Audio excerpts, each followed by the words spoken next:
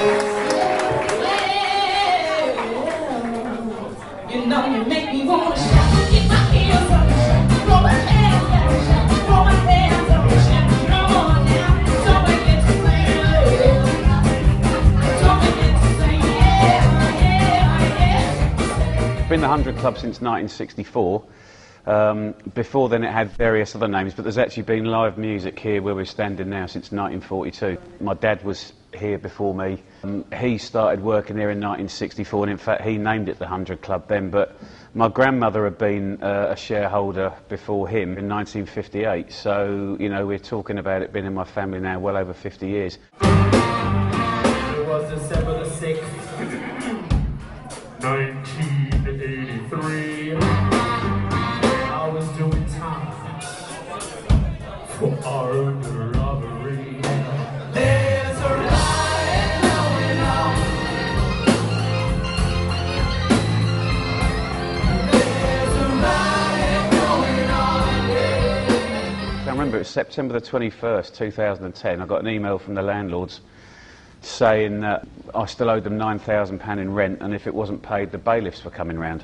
Jeff called me one day in the office and he said to me, you know, Venny, I'm really glad that you have come back to work here, but we have problems and I don't know how much longer this club is going to be open.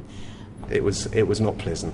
It was not pleasant because, you know, we all love the place and we just thought that's it. Got a big little hand from Marilyn issue.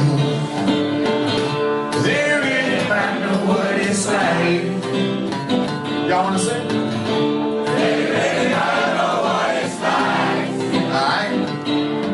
You know, the club's been losing money. I've just been threatened with the bailiffs now. I can't see any way out of it. You can't kid yourself that the club's going under any longer. It is actually going under. I got home when I got the news and I cried, not just because I would lose my job, but because this place has been going on for so long and it was the saddest moment for the whole time that I've been here. And then suddenly there was all this support from outside and we realised that other people loved it too. So a guy who's become a very good friend of mine called James Daly that used to do a lot of stuff with us when we worked with Fred Perry. He said to me, Jeff, look, you know, we've seen the story. We'll lend you £10,000 to get the landlords off your back. And I just went, James, I can't do that. I said, I can't borrow money off you. And the following day, I got an email from James saying, Jeff, I know you said you didn't want to borrow that money, but we're giving it to you. And I was able to pay the landlords what they were owed and managed to keep trading for the 3 months.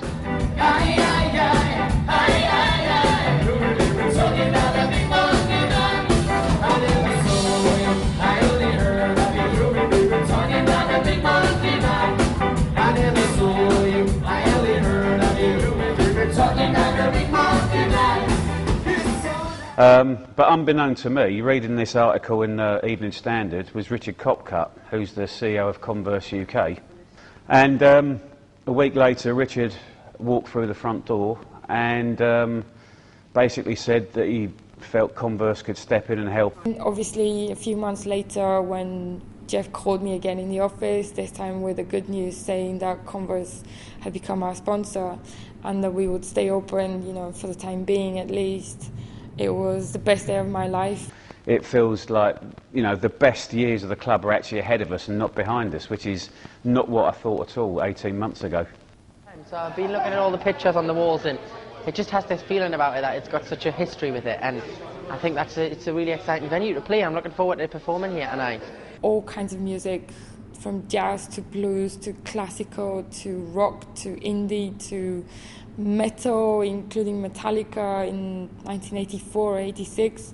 I loved doing sound, I loved the club, you know, so they stuck with me until they either kick me out or I drop. Been a few problems, you know, with finance and this, that and the other and ups and downs, but we're still here, we're still going.